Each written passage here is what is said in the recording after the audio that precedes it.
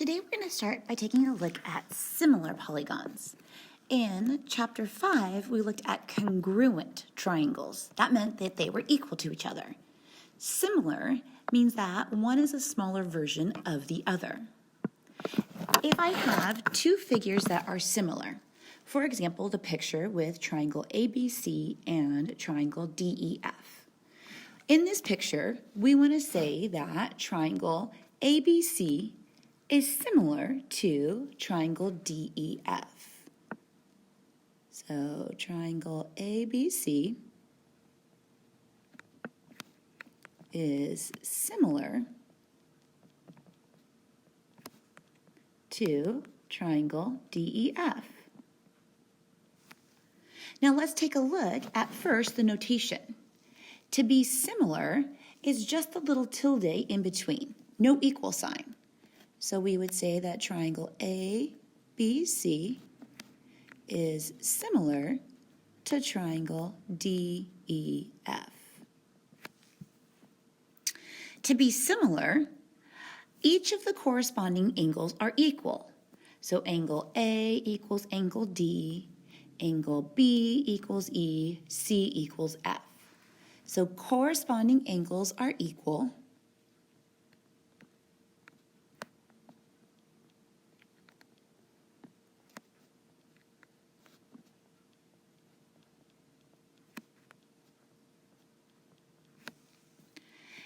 And the sides are proportional. So if I take a look at my little triangle, my side A, B, and C, if I multiply them by some scale factor K, then my new triangle is K times A, K times B, K times C. So the sides are proportional, but the angles are equal. So the sides are proportional.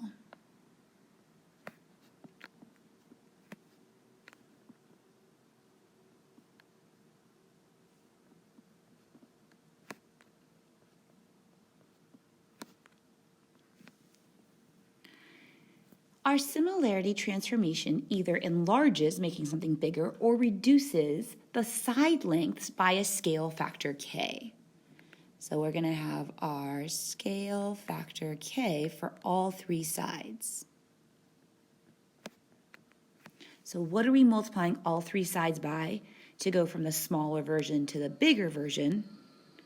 Or if we're going from the bigger version to the smaller version, same thing.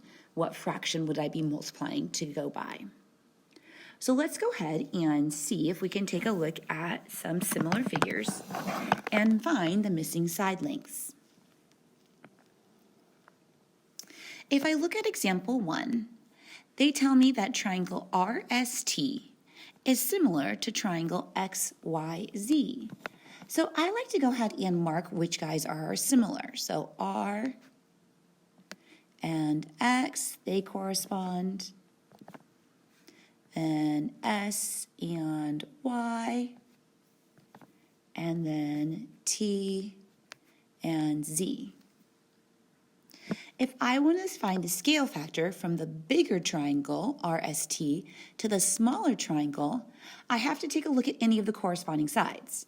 So I can compare RS to XY, or TS to ZY, or TR to ZX. But it has to be the same corresponding sides. So let's look at RS to XY. So if I start off with 20 is to 12.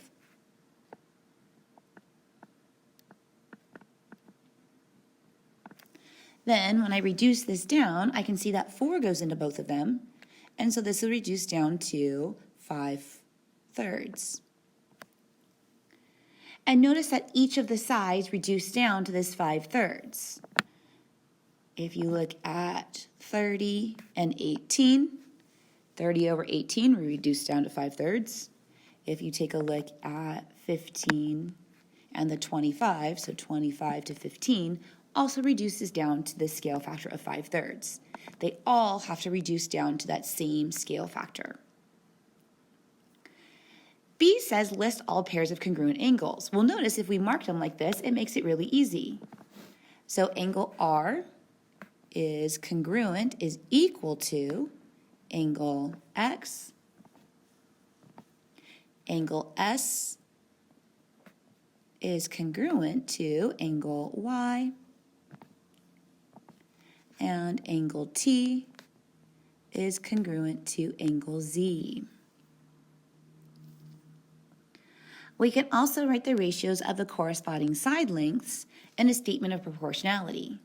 So if I start off with my two side lengths that I started with, 12 over 20 is going to reduce down to the same thing as 30 over 18, which is the same thing as 25 to 15. They all have that same ratio of 5 to 3, my scale factor.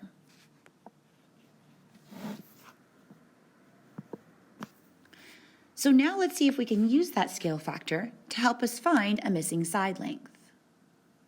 In example 2, they tell me that triangle DEF is similar to MNP. So again, I'm going to go ahead and mark who's equal to who. So if I start off with D in my little triangle, D corresponds with M. Then my E, the second letter, corresponds with N. And my third, of course, F and P. So if I take a look at my ratio of proportionality, I can compare any pair of sides to another pair of sides. They have to reduce down to the same thing. So if I want to find X, that's from E to F. And so if I look at who he corresponds with, well, if I go pink to green is 30. So I would say that X is to 30 as I can take any other pair of sides that I know. Well, notice that I have ED, pink to blue, is 15. If I go pink to blue on my other triangle, that's 18. So 15 is to 18. Now, if you want, you can reduce first and then cross multiply, or just cross multiply and solve for X. So now I'm going to cross multiply. 18 times X is 18X is equal to 30 times 15 is 450. Divide both sides by 18.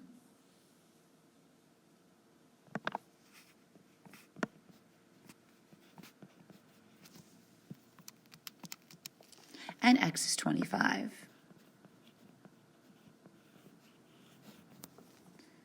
So anytime you're finding a missing side X, you want to match up X with whichever side he matches with, and then choose another pair of sides that match up. I always like to mark the angle so that I can see who matches up with who. Number 3, so same idea. In triangle TPR, he's similar to triangle XPZ.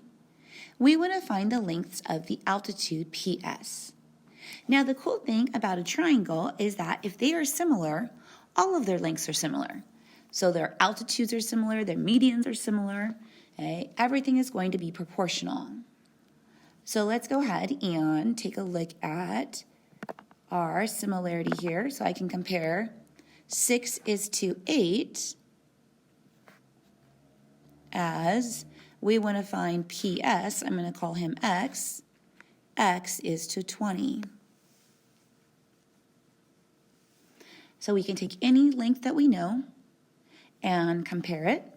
And so now I can cross multiply again. 6 times 20 is going to give me 120 is equal to 8 times X is 8X. And divide both sides by 8.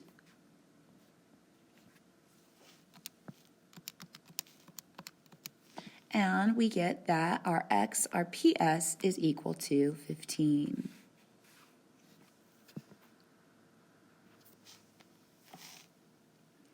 Same thing with number 4.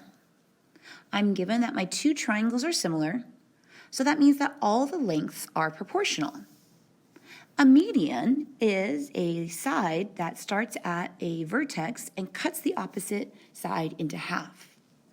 So if I start off with my triangle JKL, I'm going to use a side length of 48, so his half is to the matching side on the other triangle 40, as we want to find KM, so I'm going to call that X, is to the median of my other triangle 35. So again, let's cross multiply. 48 times 35 is going to give me 1,680 is equal to 40 times x is 40x. And so if I divide both sides by 40,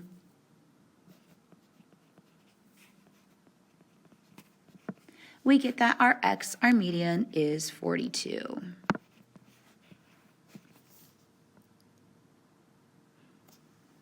Let's try 2 last problems, and then you'll get started on your worksheet. So for number 5, I've got that triangle STU is similar to SDE. So they both have, that's S as their starting. Then I go T and D, and then U and E. So if I start off with my triangle on the left, I can see that 21 matches up with the 7, and 33 matches up with the 2x minus 11. So I'm going to say 21 is to 7 as, if I started with the triangle T or STU, I want to start with him on top. 33 is to 2x minus 11. If you want, you can reduce that 21 over 7 to 3 to 1 just to make your multiplication a little bit easier. So 3 over 1 is equal to 33 over the 2x minus 11. And now let's cross multiply. Now when I multiply 3 with the 2x minus 11, I have to multiply it with both parties. So 3 times 2x is a 6x. 3 times negative 11 is negative 33 is equal to 33. So I'm going to add 33 to both sides.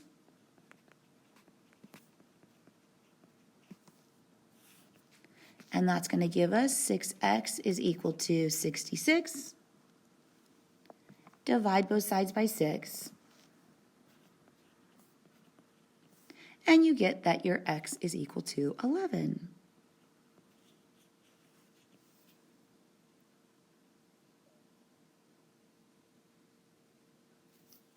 One last one, number 6. So we have got our little triangle inside of our big triangle. So again, if I have a little triangle and a big triangle, the sides are proportional. And so I can go ahead and compare our sides. So I can see that 12 matches up with the 4x plus 8. And I can either use the 13 and the 65 or the 10 and the 50, it doesn't matter.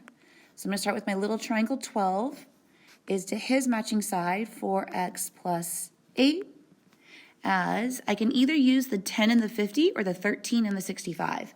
I'm going to use the 10 and the 50 just because those are easier numbers and I can reduce that. So 10 over 50 is going to reduce down to 1 over 5. So if I take 12 over 4x plus 8 is equal to 1/5. Now I can cross multiply again. 5 times 12 is 60 is equal to 1 times anything is just that anything, so 4x plus 8. And subtract 8 from both sides.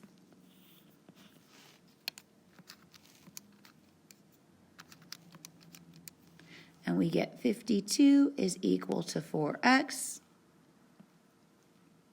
Divide both sides by 4. and that's going to give me an x of 13. They asked me to find that whole length, LJ. So now if I want to find LJ, my 4x plus 8, I'm going to take 4 times 13 plus 8, and that's going to give me 60.